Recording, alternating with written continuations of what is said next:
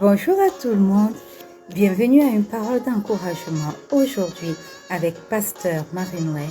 Je suis vraiment heureuse de vous retrouver parce que aujourd'hui, j'aimerais vous parler de quelque chose de très précieux, de quelque chose qui s'éteint très souvent sans faire du bruit, la joie. Amen. Et je veux parler d'une joie qui n'est pas bruyante. Je veux parler d'une joie qui ne dépend pas des circonstances, mais bien de celle qui dépend de la présence de Dieu, bien de celle qui vient dans nos vies par la présence de Dieu. Et le psaume 16, verset 11 dit, « Tu me feras connaître le sentier de la vie.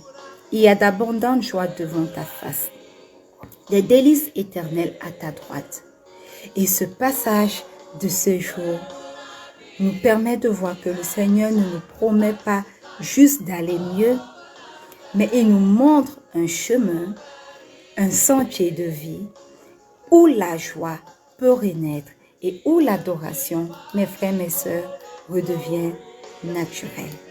Alléluia. Alors, tu me feras connaître le sentier de la vie. Cela veut dire que quoi? Cela veut dire que la joie n'est pas du tout un hasard, non. La joie est un chemin que Dieu seul est capable de nous révéler.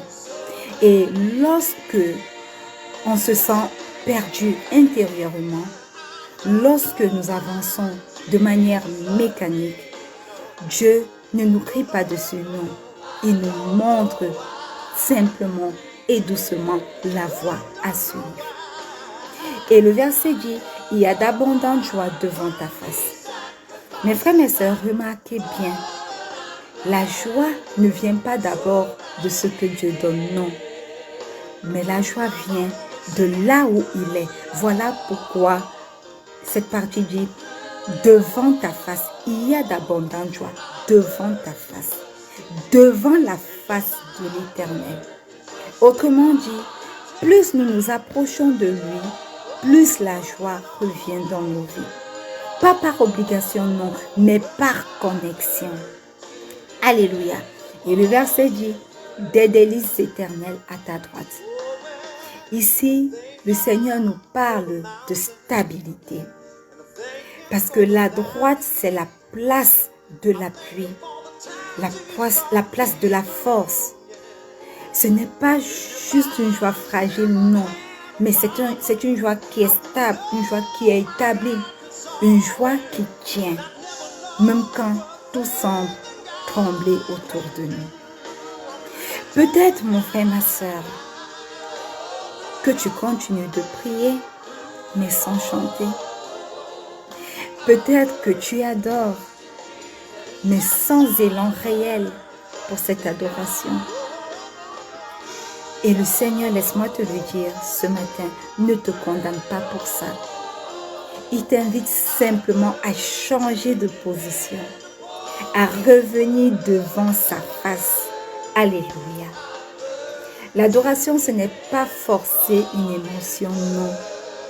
C'est se replacer là où la joie circule à nouveau. Et parfois, il ne faut pas résoudre ce problème-là. Il faut revenir simplement à la présence, dans la présence de Dieu. Et la joie va ressusciter, tout doucement, mais vraiment ressusciter. Alors, quelle que soit cette chose qui t'ôte la joie, ma parole d'encouragement pour nous, pour vous, pour toi aujourd'hui, mon frère, ma soeur, c'est que sa présence réveille la joie. Reviens dans sa présence. Shalom.